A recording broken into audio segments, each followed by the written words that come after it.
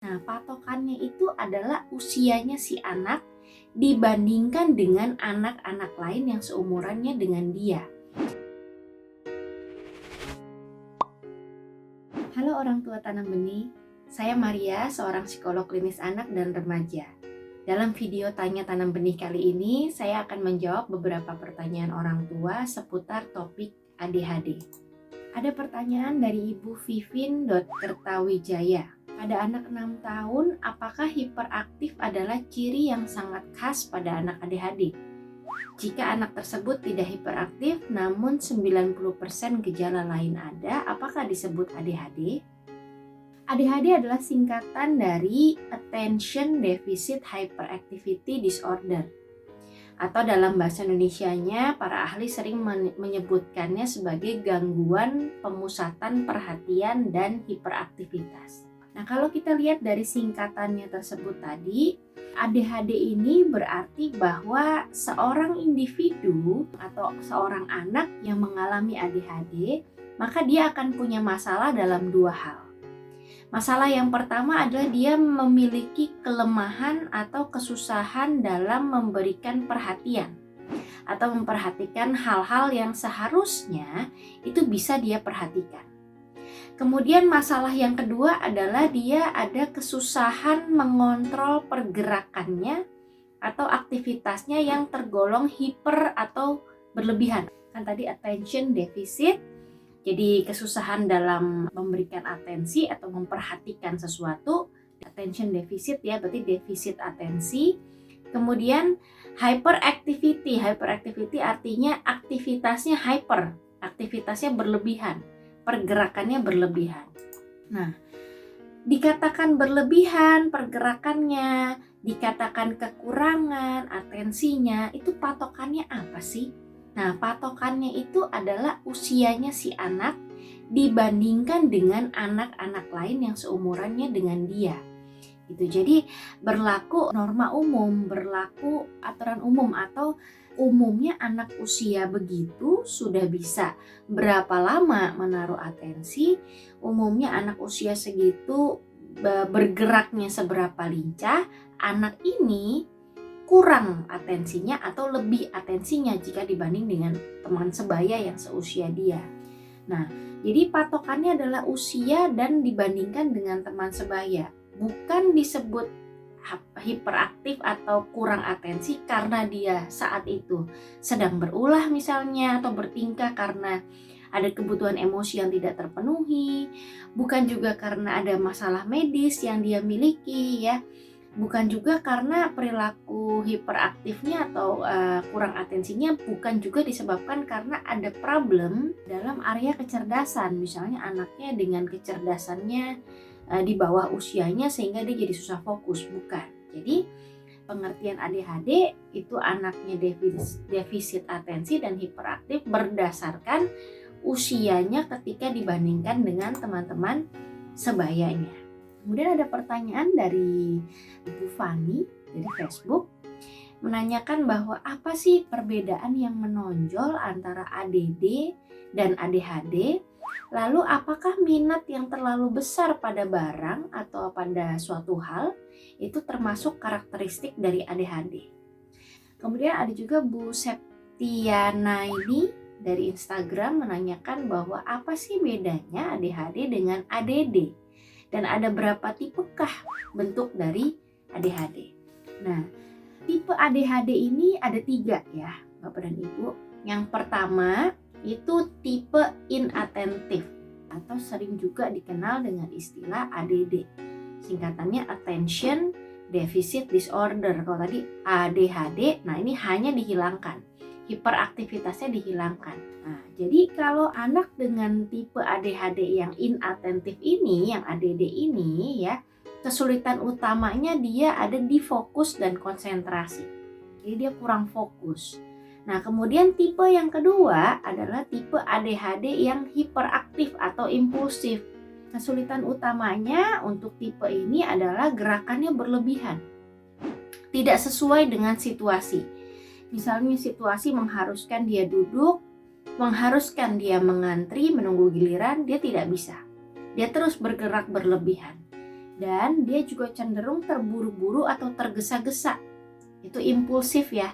Jadi semua yang dia lakukan, semua yang dia katakan seolah-olah seperti tidak pikir panjang. Karena dia terburu-buru, gerasah, gerusuh kalau istilah awamnya. Nah, tipe yang ketiga itu adalah tipe gabungan. Gabungan apa? Gabungan yang inatentif dengan hiperaktif. Inilah disebut dengan lengkap ADHD ya. Attention Deficit Hyperactivity Disorder. Jadi kedua tipenya ada gejalanya di anak ini.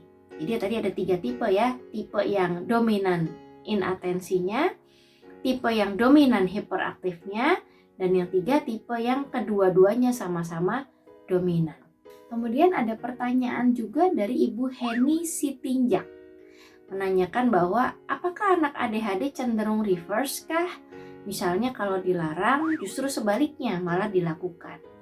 Kemudian ada dari Ibu Aditya Sesari, anak perempuan usia 4 tahun 8 bulan sangat aktif dan tidak fokus ketika diajak bicara atau belajar. Tidak percaya diri jika disuruh melakukan sesuatu. Apakah ciri-ciri ADHD?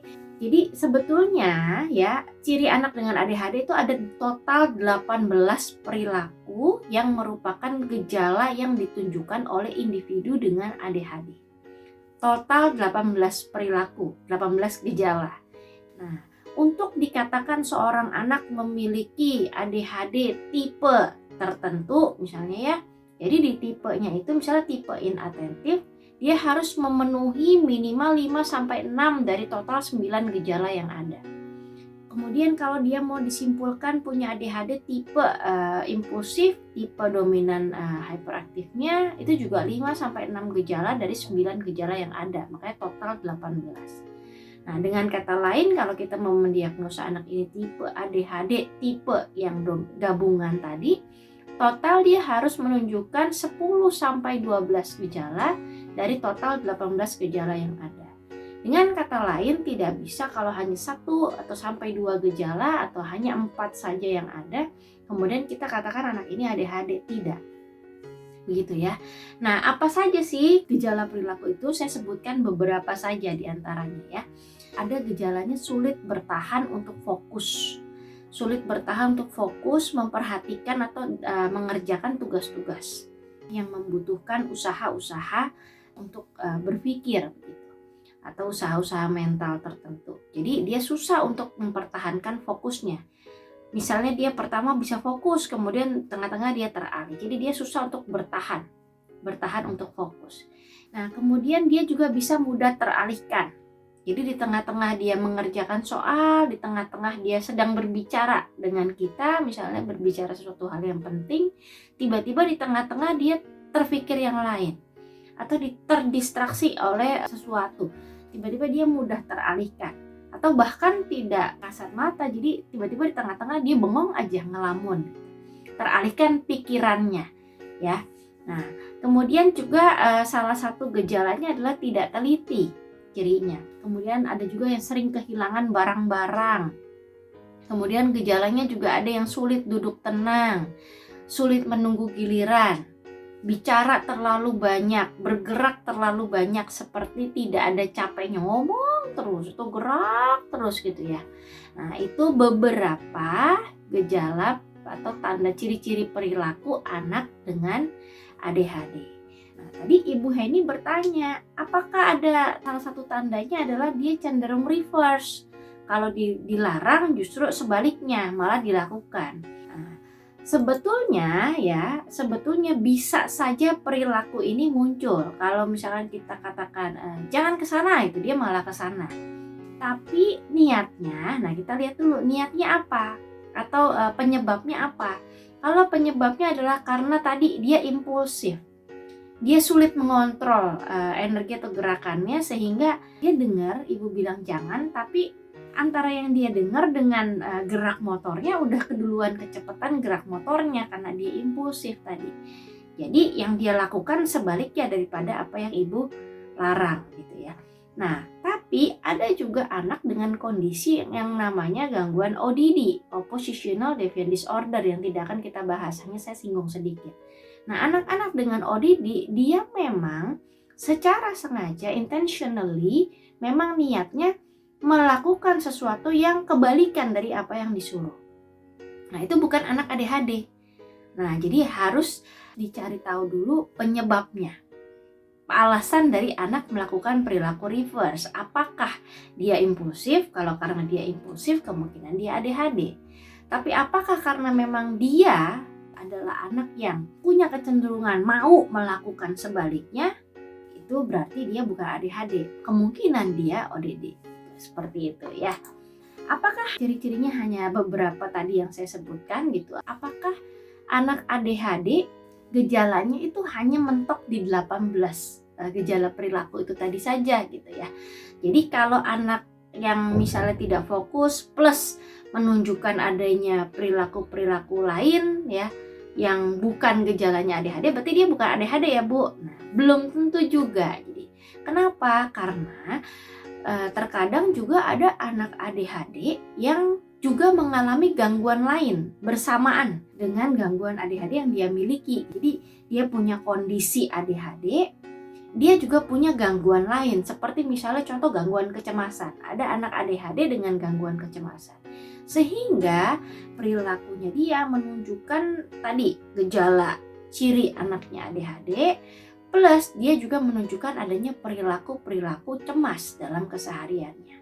Ya, dan itu bukan berarti dia bukan ADHD, dia hanya cemas saja, enggak. Jadi dia ADHD dengan gangguan kecemasan. Jadi lebih kompleks lagi. Kemudian ada pertanyaan juga dari Ibu RTNHSL, username-nya. Saat kecil suami saya mengidap ADHD. Apakah ada kemungkinan kelak anak-anak saya akan mengidap ADHD juga? Kemudian ada juga pertanyaan dari Ibu Erika Ros, apakah pemakaian gadget atau screen time pada anak berkaitan dengan penyebab ADHD? Nah, Bapak dan Ibu, sebetulnya ya, ketika anak kita didiagnosa mengalami kondisi ADHD, tidak bisa kita menentukan penyebab pasti 100%, oh anak yang ini penyebab ADHD-nya karena A, anak yang ini karena B. Tidak bisa demikian. Namun, banyak penelitian yang telah dilakukan yang menunjukkan bahwa, jadi penelitian-penelitian ini, hasil-hasilnya ini menunjukkan bahwa ada beberapa hal yang memang bisa mempengaruhi kondisi seorang anak sehingga dia mengalami ADHD. Tapi tidak mutlak pasti, tergantung lagi dari masing-masing kondisi anaknya begitu ya. Nah, jadi apa saja sih dari hasil penelitian itu yang mengatakan bahwa ada beberapa hal yang bisa mempengaruhi kondisi ADHD. Yang pertama ada faktor keturunan memang. Yang kedua, kelahiran prematur. Bayi dengan kelahiran prematur itu juga bisa menjadi penyebab kondisi ADHD. Kemudian cedera otak ya yang terjadi sesudah kelahiran itu juga bisa menyebabkan. Kemudian perilaku merokok, minum alkohol dan obat-obatan lainnya saat ibu hamil ya, selama kehamilan. Kemudian juga stres selama kehamilan juga bisa mempengaruhi kondisi ADHD pada anak. Bisa juga disebabkan karena gadget tidak gitu. Tadi ada pertanyaan itu, bisa nggak disebabkan karena gadget? Jadi begini, anak dengan ADHD ditambah dengan dia memakai gawai berlebihan atau screen time-nya berlebihan, jelas kondisi ADHD-nya semakin parah. Tapi bukan berarti anak yang tidak ada bawaan dia mengalami kondisi ADHD ya, tidak ada kondisi ADHD-nya, kemudian diberikan gadget terus-menerus, kemudian lantas dia jadi anak yang ADHD. Tidak. Menjadi anak yang fokusnya terganggu, punya salah satu gejala seperti gejalanya anak ADHD, mungkin iya. Besar, sangat besar kemungkinannya iya. Tapi diberikan gadget terus, anak yang tidak ADHD diberikan gadget terus, lantas dia akan jadi ADHD, sampai saat ini belum ada research yang menyatakan demikian. Nah, saya berharap video ini cukup membantu para parents untuk lebih memahami tentang ADHD. Di video Tanya Tanam Benih berikutnya, saya masih akan menjawab beberapa pertanyaan yang masuk seputar topik ADHD ini, yakni tentang deteksi dan penanganan ADHD. Sampai bertemu di video selanjutnya.